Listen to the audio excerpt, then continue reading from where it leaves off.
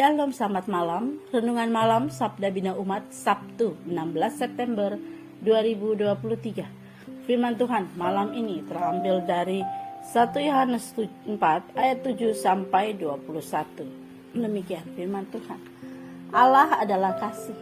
Saudara-saudaraku yang kekasih, marilah kita saling mengasihi, sebab kasih itu berasal dari Allah, dan setiap orang yang mengasihi lahir dari Allah dan mengenal Allah. Barang siapa tidak mengasihi, ia tidak mengenal Allah, sebab Allah adalah kasih.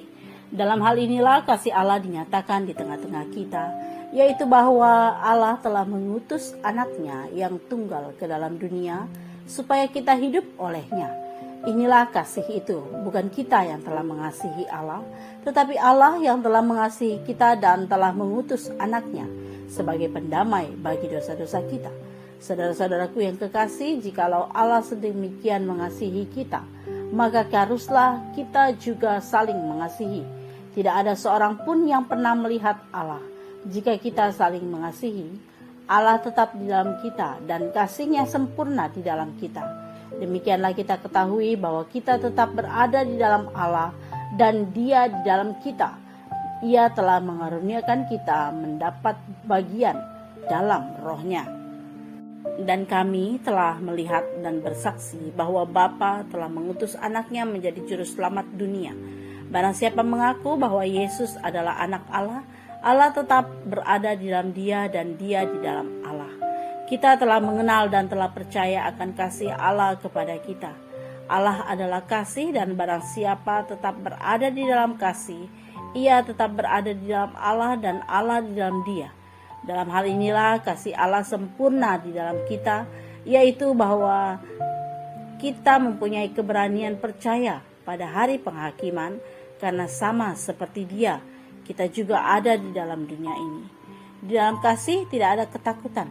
Kasih yang sempurna melenyapkan ketakutan, sebab ketakutan mengandung hukuman, dan barang siapa takut, ia tidak sempurna di dalam kasih.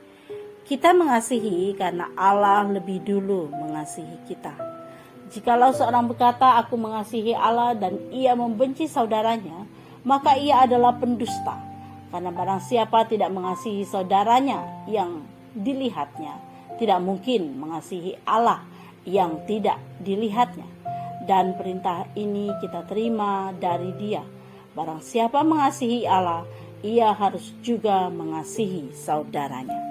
Demikian firman Tuhan. Renungan malam ini bertema Allah adalah kasih. Di era digital saat ini, terutama dalam konteks media sosial, adalah hal yang biasa bila kita menjumpai haters.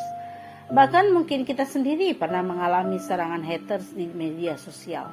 Kejadian tersebut tentu membuat kita marah dan kecewa kepada haters yang telah memfitnah, menghina, menjelek-jelekan kita, bahkan menginjak-injak harga diri kita. Namun sebagai orang Kristen, kita diingatkan agar bersedia mengasihi sesama, termasuk mereka yang tidak menyukai atau membenci kita.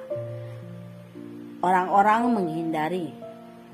Orang-orang seperti ini ada di sekitar kita, dan kita seringkali tidak dapat menghindari mereka. Pertanyaannya adalah, bagaimana cara kita agar mampu mengasihi mereka? Jawabannya, berdoalah kepada Allah, Sang Kasih, agar Ia memampukan kita. Berbagai perbuatan Allah bagi manusia adalah tindakan kasih-Nya. Kedatangan Yesus di dunia adalah bukti kasih Allah. Kita yang telah menerima kasih Allah harus menanggapi dan menunjukkan kasih itu kepada sesama sebagai bentuk rasa syukur kita kepadanya. Hidup dalam kasih merupakan bukti hidup bersama Allah. Sebagai ciptaan Allah, kita memiliki kemampuan untuk mengasihi. Kemampuan itu akan menjadi sempurna jika kita melakukannya dalam kerelaan sebagaimana tampak dalam salib Kristus. Kita mengasihi karena Allah mengasihi kita. Dia mengasihi kita terlebih dahulu di dalam Yesus Kristus. Barang siapa mengaku mencintai Allah tetapi membenci saudaranya, maka ia adalah pendusta. Kasih bukanlah jaminan bahwa kita tidak akan tersakiti, melainkan kekuatan bagi kita untuk bersedia mengampuni.